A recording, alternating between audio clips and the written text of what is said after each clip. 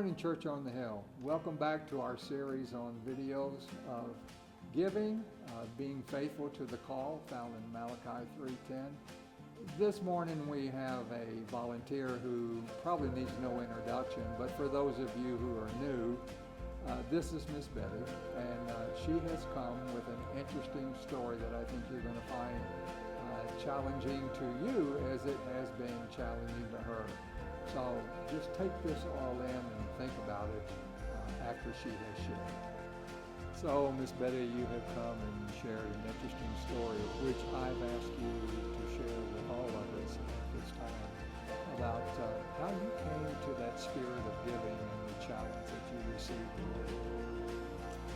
Well, it came from the first church where I accepted the Lord when I was 23 years old. The pastor at the church came to visit, and I had not accepted the Lord, and he told me that he was not going to pressure me, that they had certain things that they went by at that particular church. It was Independent Baptist Church, and so that he left, he prayed with me, and I accepted the Lord that night.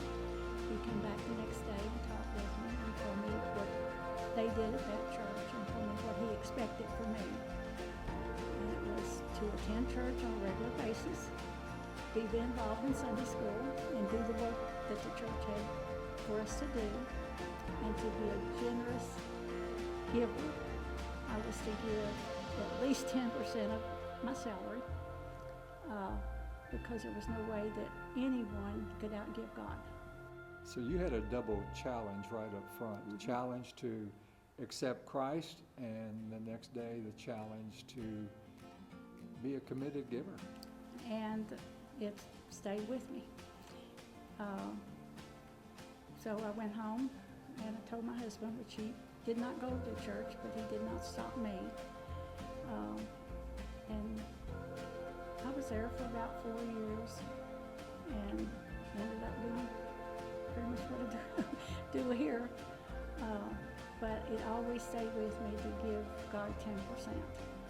And then anything above that came out from whatever I had left, which you never, and even today. Then I went to another church. We moved, and I was there for probably 15 years. Ended up Sunday school teacher, nursery, everything there.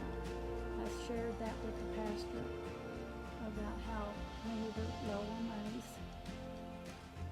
we picked back up. People really understood the generosity by giving because they knew they couldn't outgive God. And things just work out better for you. Well, anybody who knows you here, and by the way, in these series, I don't know what anybody gives. I just asked them if they would give a story about the spirit of giving. And anybody who knows you here knows that giving for you goes far beyond just finances, because you're involved in so much stuff and always doing something here. And if you haven't heard it yet, you will hear it. I always tell people who say, well, Miss Betty's doing this. I said, well, I just ask one thing of you, and that's stay out of her way, because she's going to get it done one way or another. But you are a generous worker in many ways, and so just to know you from outwardly, not know this personal story that you just shared, you're a giver of time and talents, as well as being able to support the church in various ways. Well, I tried to. Like I said before, when I came here, Brother Arnold was pastor, and he came to visit me the first week I visited here, and he put me to work right away. And then, things were different because the congregation wasn't that large. It built back up, and going out into the community, doing things that needed to be done. Just said, go to it. So I started doing it for him. Then the next pastor came, and I just kept doing it. Yeah. And now, it's just this Operation Christmas Child I'm doing, a big challenge.